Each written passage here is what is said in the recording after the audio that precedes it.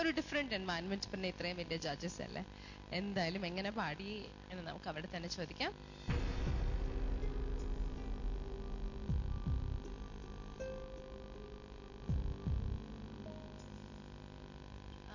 ശ്രീയേട്ടാ. നിതിൻ ലാൽ നന്നായിരുന്നു കേട്ടോ, very good star. Madhyamavati രാഗത്തിന്റെ ഒരു എസൻസ് ആണ് ഇതിനകത്ത് വന്നിരിക്കുന്നത്. ഒരുപാട് പാട്ടുകൾ മലയാള സിനിമയിലുണ്ട്.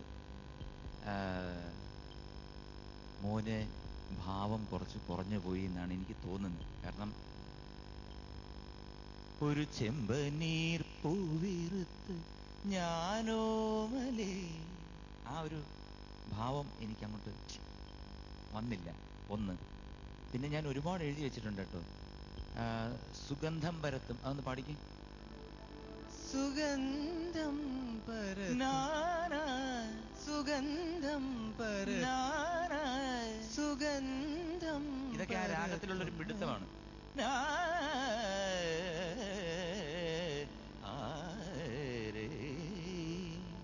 അങ്ങനെ അതിന്റെ ആ ഒരു മനോഹാരിത അങ്ങോട്ട് കൊണ്ടുവരണം.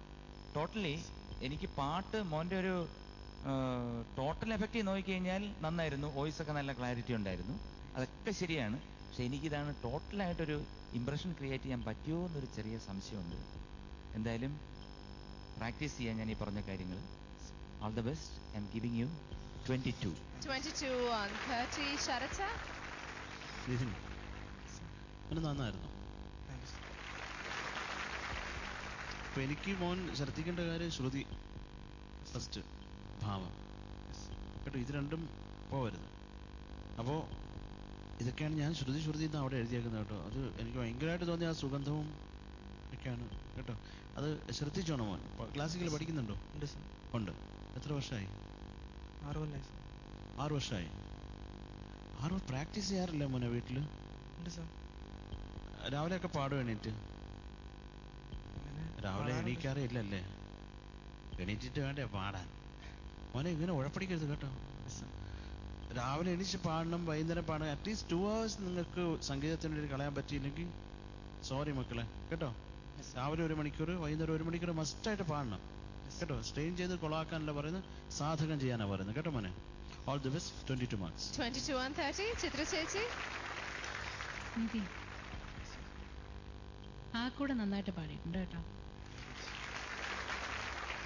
സോങ്ങിന്റെ ഡീറ്റെയിൽസ് നോക്കുകയാണെങ്കിൽ കൂടുതലും ശ്രുതിയുടെ പ്രശ്നങ്ങൾ തന്നെയായിരുന്നു മെയിനായിട്ടും. പിന്നെ ഈ പറഞ്ഞ മാതിരി ഭാവം. പിന്നെ ഇതൊരു ഉണ്ണിമേനോൻ സാർ അദ്ദേഹം തന്നെ കമ്പോസ് ചെയ്ത് സ്വന്തമായിട്ട് പാടി അഭിനയിച്ച ഒരു ഫിലിമാണ്. അപ്പം അതിനകത്ത് കൂടുതൽ ഇൻവോൾവ്മെൻ്റ് ഉണ്ട് അദ്ദേഹത്തിൻ്റെ. അപ്പോൾ അത് കുറച്ചും കൂടെ മോൻ്റെ സിംഗിൽ വരണമായിരുന്നു എന്ന് എനിക്കും അഭിപ്രായം തോന്നിയിരുന്നു. എക്സ്പ്രഷൻ കുറച്ച് കുറവായിരുന്നു. മെയിനായിട്ട് ഞാൻ എഴുതി വെച്ചിരുന്ന കൂടുതലും പിച്ചിങ്ങിൻ്റെ പ്രോബ്ലംസ് ആണ്.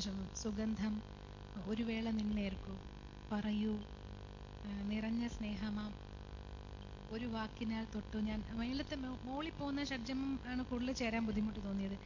എങ്കിലും എന്ന് പറഞ്ഞൊരു ലൈൻ വരുന്നില്ലേ അവിടെ. പിന്നെ അവസാനത്തെ പലപാട് ഇപ്പം ഞാൻ ഓമനെ, ഇങ്ങനത്തെ കുറേ സ്ഥലങ്ങളിൽ ശ്രുതി ചേരാമ ഉണ്ട്. ശരിക്കും എന്താ നിതിൻ ചെയ്യേണ്ടതെന്നറിയാം? അത് ടെലികാസ്റ്റ് ചെയ്യുമ്പോൾ റെക്കോർഡ് ചെയ്തിട്ട് കേട്ട് നോക്കി സ്വന്തമായിട്ട് ആദ്യം ജഡ്ജ് ചെയ്യണം. ഇപ്പം ഞങ്ങളിരിക്കുന്ന സ്ഥലത്ത് നിതിനാണ് ഇരുന്നതെങ്കിൽ എവിടെയൊക്കെ കുറ്റങ്ങൾ, എവിടെയൊക്കെ പ്രോബ്ലംസ് ഉണ്ടെന്ന് കണ്ടുപിടിക്കുന്ന. ഇപ്പോൾ എൻ്റെ ഒരു അനുഭവം പറയട്ടെ. ഞാൻ ആദ്യമായിട്ട് രാജാ സാറിന് പാടാൻ ചെന്നപ്പോൾ ആദ്യത്തെ പാട്ട് ഞാൻ പാടിക്കഴിഞ്ഞപ്പോൾ രാജാ സാർ, ഞാൻ തിരിച്ച് പാട്ട് കേൾക്കാനായിട്ട് കൺസോളിൽ റെക്കോർഡിംഗ് റൂമിലേക്ക് വന്നപ്പോൾ അദ്ദേഹം എന്നെ അവിടുത്തെ ഒരു കസേറ്റ് എന്ന് ഇവിടെ ഇരിക്കാൻ പറഞ്ഞു. എന്നിട്ട് പറഞ്ഞു, ഇതിനകത്തുള്ള നീ പാടിയതിനകത്തുള്ള പ്രോബ്ലംസ് എന്തൊക്കെ ഉണ്ടായിരുന്നു നീ എന്നോട് പറയണം, ഞാനൊന്നും പറയില്ല എന്ന് പറഞ്ഞ് എന്നെ കൊണ്ട് തന്നെ എന്നെ സ്വന്തമായിട്ട് ജഡ്ജ് ചെയ്യിപ്പിച്ചു. എന്നിട്ട് എന്നോട് പറഞ്ഞ അഡ്വൈസ്, സീനിയർ സിംഗേഴ്സിൻ്റെ ഇത്രയും വർഷം പാടി അനുഭവപ്പെട്ടിട്ടുള്ള സിംഗേഴ്സിൻ്റെ പാട്ടുകൾ ഒരുപാട് കേൾക്കണം, വളരെ ഡീപ്പായിട്ട് കേൾക്കണം. ഓരോ വാക്കുകൾക്കും അവർ എത്ര ഇമ്പോർട്ടൻസ് കൊടുത്തിട്ടുണ്ട്, എങ്ങനത്തെ എക്സ്പ്രഷൻ കൊടുത്തിട്ടുണ്ട്. ഒരു എക്സാമ്പിൾ എനിക്ക് പറഞ്ഞു തന്നത് ജാനകിയമ്മയ്ക്ക് ചിന്ന രാസാവേ എന്നൊരു പാട്ട് കേട്ടിട്ടുണ്ടോ? ചിന്ന രാസാവേ സിത്തെറുമ്പ് എന്ന കടി, ചിന്ന രാസാവേ അല്ല, സോറി, രാസാവേ ഉന്ന നമ്പി എന്നൊരു പാട്ടുണ്ട്. രാസാവേ ഉന്ന നമ്പി എന്നൊരു കേട്ടിട്ടുണ്ടോ ആ പാട്ട്? ആ പാട്ട് രാജാ സാർ കമ്പോസ് ചെയ്തിട്ട് ജാനകിയമ്മ വന്നപ്പോൾ വെറുതെ പറഞ്ഞത് വളരെ ഇന്നസെൻ്റ് ആയിട്ട്, ഒരു നാട്ടിൻപുറത്തുകാർ, ഒന്നും അറിയില്ല, യാതൊരു കളങ്കവും ഇല്ലാത്ത ഇങ്ങനെ ലോകം അധികം കണ്ടിട്ടില്ലാത്ത ഒരു പെൺകുട്ടി പാടുന്നതായിട്ടാണെന്ന് പറഞ്ഞു കഴിഞ്ഞിട്ട് ആ പാട്ട് ജാനകിയമ്മ പാടിക്കഴിഞ്ഞപ്പം എന്താണോ മനസ്സിൽ വിചാരിച്ചത് അതിൻ്റെ എത്രയോ ഇരട്ടി എക്സ്പ്രഷൻ അതിൽ വന്നു. അപ്പം ഇതൊക്കെ നമുക്ക് ഓരോ ഉദാഹരണങ്ങളായിട്ട് എനിക്ക് പറഞ്ഞെന്നാണ് പഠിക്കാൻ. അപ്പം അതുതന്നെ അദ്ദേഹം പറഞ്ഞെന്ന കാര്യം ഞാൻ ഇപ്പം നിങ്ങളോട് പറയുന്നു. അതുപോലെ അങ്ങനെ ഒരുപാട് പേരുടെ പാട്ടുകൾ കേൾക്കുക. അപ്പോൾ ഇങ്ങനെയാണ് എക്സ്പ്രഷൻ കൊടുത്തിരിക്കുന്ന ആ സിറ്റുവേഷൻ അനുസരിച്ച് എങ്ങനെ പാടിയിരിക്കുന്നു എന്നുള്ളത് പഠിക്കാനാണ് ഇങ്ങനെ. ഞാനും മോന് 22 മാർക്സ്. 22 and 30 and Ashwin ചേട്ടാ? മൊത്തത്തിൽ നന്നായി തന്നെ പാടി. പിന്നെ പറഞ്ഞ ചില പ്രശ്നങ്ങൾ എനിക്കും തോന്നാതിരുന്നില്ല. കുറച്ച് ശ്രുതിയുടെ പ്രശ്നങ്ങളും ഭാവത്തിൻ്റെ പ്രശ്നങ്ങളൊക്കെ കുറച്ച് കമ്മിയായിട്ടാണ് തോന്നിയത്.